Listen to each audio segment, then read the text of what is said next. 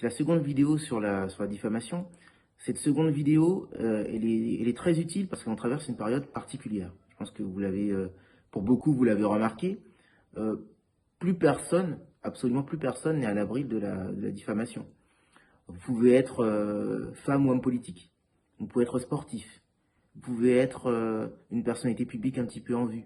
Vous pouvez même être un chef d'entreprise discret ou une personne qui n'est pas très présente sur les réseaux sociaux. Ça revient au même. Vous pouvez très bien vous coucher un soir et tout va bien. Et le lendemain, vous réveillez et il se trouve que votre vie a basculé. Votre vie a basculé, votre réputation est ternie. Et donc, du jour au lendemain, tout ce qui pouvait y avoir de positif dans votre existence est oublié. Ce que vous faites professionnellement, ce que vous faites dans votre vie personnelle, c'est balayé. Et vous vous retrouvez avec uniquement mis en avant c'est le contenu ou les messages diffamatoires. Alors, du point de vue des auteurs, des personnes qui sont à l'origine de ces messages ou de ces contenus diffamatoires, évidemment, elles ont de leur côté la liberté d'expression. Mais cette liberté d'expression, elle a des limites. Ces limites, elles sont claires. C'est l'incitation à la haine, par exemple. C'est l'incitation à commettre des crimes, c'est pas possible. C'est l'injure, c'est la diffamation. Quand on va sur ce terrain-là, quand on va sur le terrain de la diffamation, donc, eh bien, on abuse de la liberté d'expression. On n'est plus dans le cadre de la liberté d'expression.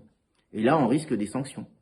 Quelles sanctions? Eh bien, on en parlait lors de la première vidéo. Si on est dans le cadre de ce qu'on appelle une diffamation privée, c'est 38 € d'amende au maximum.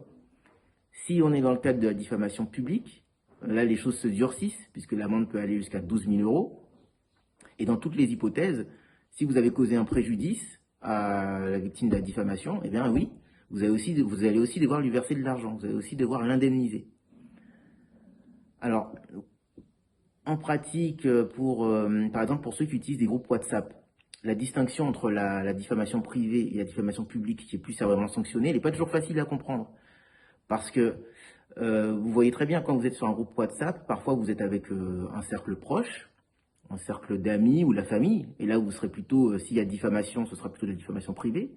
Mais souvent, sur les groupes WhatsApp, on retrouve des gens qui ne se connaissent pas, des gens qui même parfois ne se sont tout simplement jamais vus ou aperçus.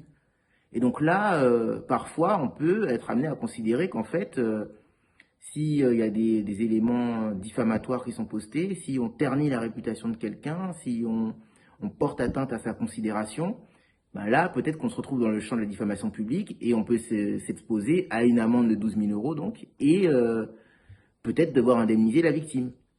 Vous voyez, là, ça change tout de suite la vision qu'on a des choses.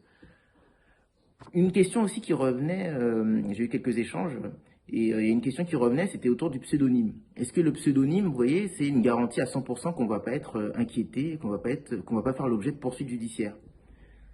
Alors, en d'autres termes, quand on utilise pas sa véritable photo ou lorsque l'on n'utilise pas son vrai nom, est-ce qu'on peut est-ce qu'on peut se penser à l'abri? Ben, en fait, ce qui compte, c'est de savoir si on peut remonter à vous, si on peut vous identifier ou non. Et à partir du moment où on peut vous identifier, ben, vous n'êtes pas à l'abri. La réalité, elle est là. Alors, évidemment, on est dans des domaines assez complexes où le débat judiciaire va toujours avoir une importance, une grande importance. Et donc, il faut être accompagné. Et la meilleure personne pour vous accompagner dans ce domaine-là, évidemment, c'est l'avocat.